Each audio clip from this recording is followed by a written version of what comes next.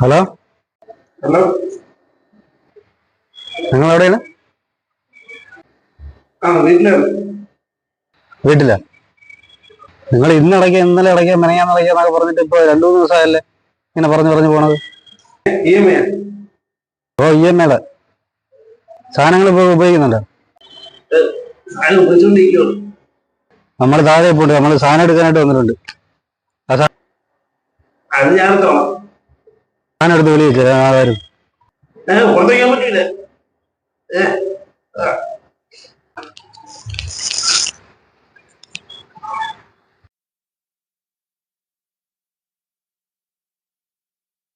മറ്റേ EMI